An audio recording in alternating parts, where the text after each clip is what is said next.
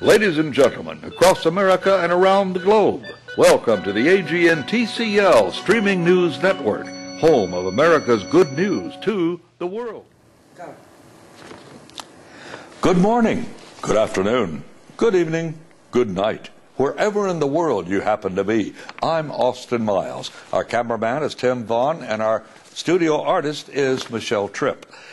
Something came off the wire today that's quite interesting the day this is being telecast, that a landmark law was just passed in Nebraska.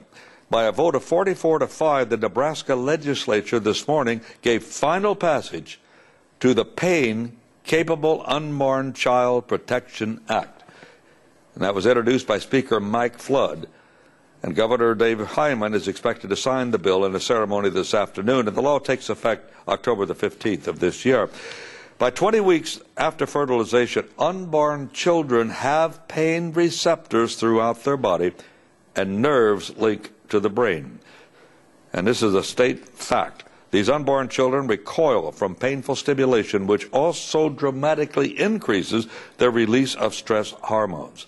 Doctors performing fetal surgery at and after 20 weeks now routinely use fetal anesthesia. But would you believe it? Some people don't even want to pass that law when it's been proven that the baby's not a fetus, but the babies actually feel pain.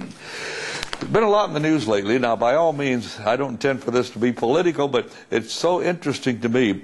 How many have ever thought about $1 trillion? We hear that figure quite a lot lately because the government uses that figure as part of their plan that's going to save America. Well, I was scouring over the internet and I found this. And the person said, a friend recently gave me a sense of how much $1 trillion is worth with an illustration that could be found, of course, on various internet sites. 1 million seconds, he said, is 12 days. So it takes 1 million seconds to make up 12 days. While 1 billion seconds is 31 years. 1 trillion seconds, that's 31,688 years. In other words, 1 trillion is a lot, a whole lot. And that's something you might keep in mind when reading that the U.S. deficit for 2009 is now projected at $1.4 trillion, which is a cool trillion more than the deficit in 2008. Well, that's even more than the gross national product, but I find that to be tremendously astonishing because we hear the word trillion is tossed around so much, so matter of fact, that is a huge amount of money. Here's something that I've wondered about for some time. It is now confirmed in the medical journals. It says that brain activity surges at the point of death. We think so often, what happens after death? Does the brain just slowly die away as a person is dying? Not according to the latest medical journal report and the things that they have experimented with. It actually surges. It doesn't fade out, surges after death. A study of 7 terminally ill patients found identical surges in brain activity moments before death, providing what may be a physiological evidence of out-of-body experiences reported by people who survived near-death ordeals.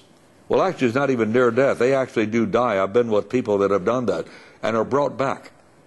I am one of those people, so I know firsthand what that is like. Doctors at George Washington University Medical Facility Associates recorded brain activity of people dying from critical illnesses such as cancer or heart attacks. Moments before death, the patients experience a burst in brainwave activity, with the spikes occurring at the same time before death and at comparable intensity and duration. So according to this, and I can back it up with my own experience, the brain just doesn't fade out. As you're preparing to make that crossing where the spirit is leaving the body, the brain suddenly surges when that happens, almost like the spirit being shot out of your body like a rocket to what awaits us in the next life. And I can assure you, it is real. I'm Austin Miles. May all your prayers be answered. And God bless you all. Amen.